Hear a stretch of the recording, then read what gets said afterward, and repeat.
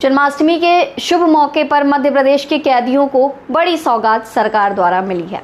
नमस्कार, मैं गरिमा श्रीवास्तव और आप देख रहे हैं द लोक नीति।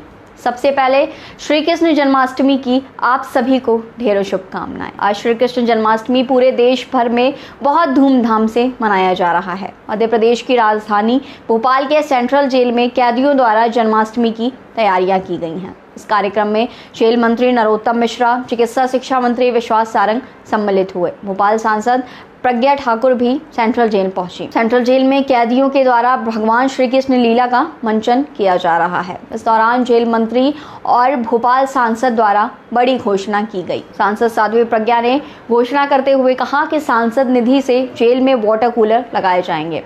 गृह मंत्री नरोत्तम मिश्रा से भोपाल सांसद साध्वी प्रज्ञा ने मांग किया कि जन्माष्टमी के दिन कैदियों को अच्छा भोजन दिया जाए। जेल में सफाई तो रहती है लेकिन पानी नहीं रहता। कैदियों को स्वच्छ पानी उपलब्ध कराया जाए। जेल मंत्री नरोत्तम मिश्रा कैदियों की जन्माष्टमी के कार्यक्रम में पहुंचे। इस दौरान उन्होंने बड़ा ऐलान किया है। प्रदेश के सभी कैदियों की 30 दिन की सजा माफ कर दी जाएगी।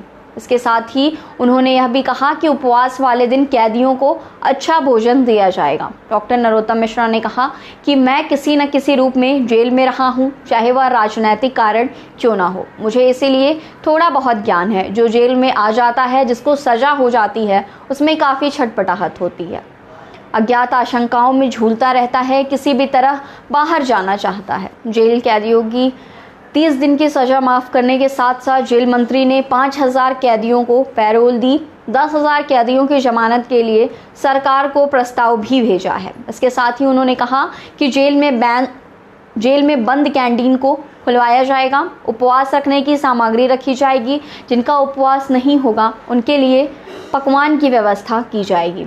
केंद्रीय जेल में कैदियों द्वारा सांस्कृतिक कार्यक्रम की प्रस्तुति की जा रही है। महिला कैदियों ने जन्माष्टमी के अवसर पर नृत्य किया। वहीं पुरुष कैदियों द्वारा श्री कृष्ण भजन नाटक और कृष्ण अर्जुन संवाद का प्रस्तुतिकरण किया गया।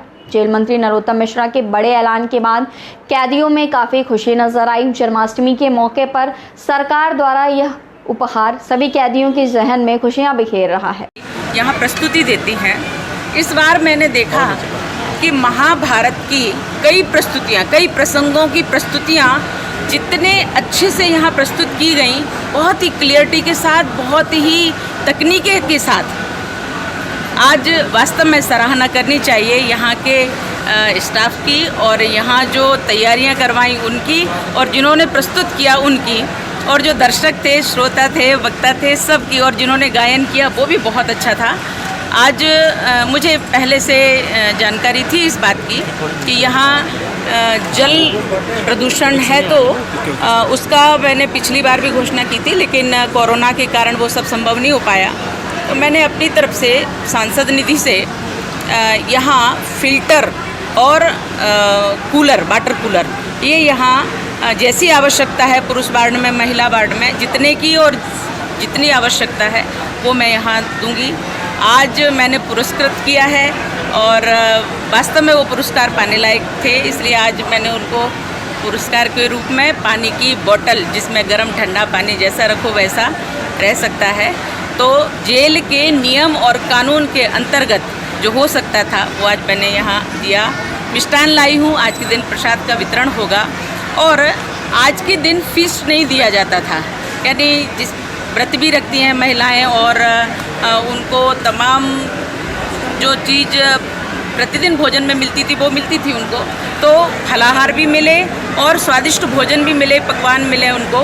इस प्रकार से आज मैंने माननीय गृह मंत्री जी, जेल मंत्री जी हैं, उनको मैंने आग्रह किया, उन्होंने उस बात को स्वीकार किया और ये कहा कि आज के दिन भी फीस्ट होना चाहिए। और जल की शुद्धिकरण वो भी उन्होंने कहा। कैंटीन की बहुत ज़्यादा आवश्यकता रहती है।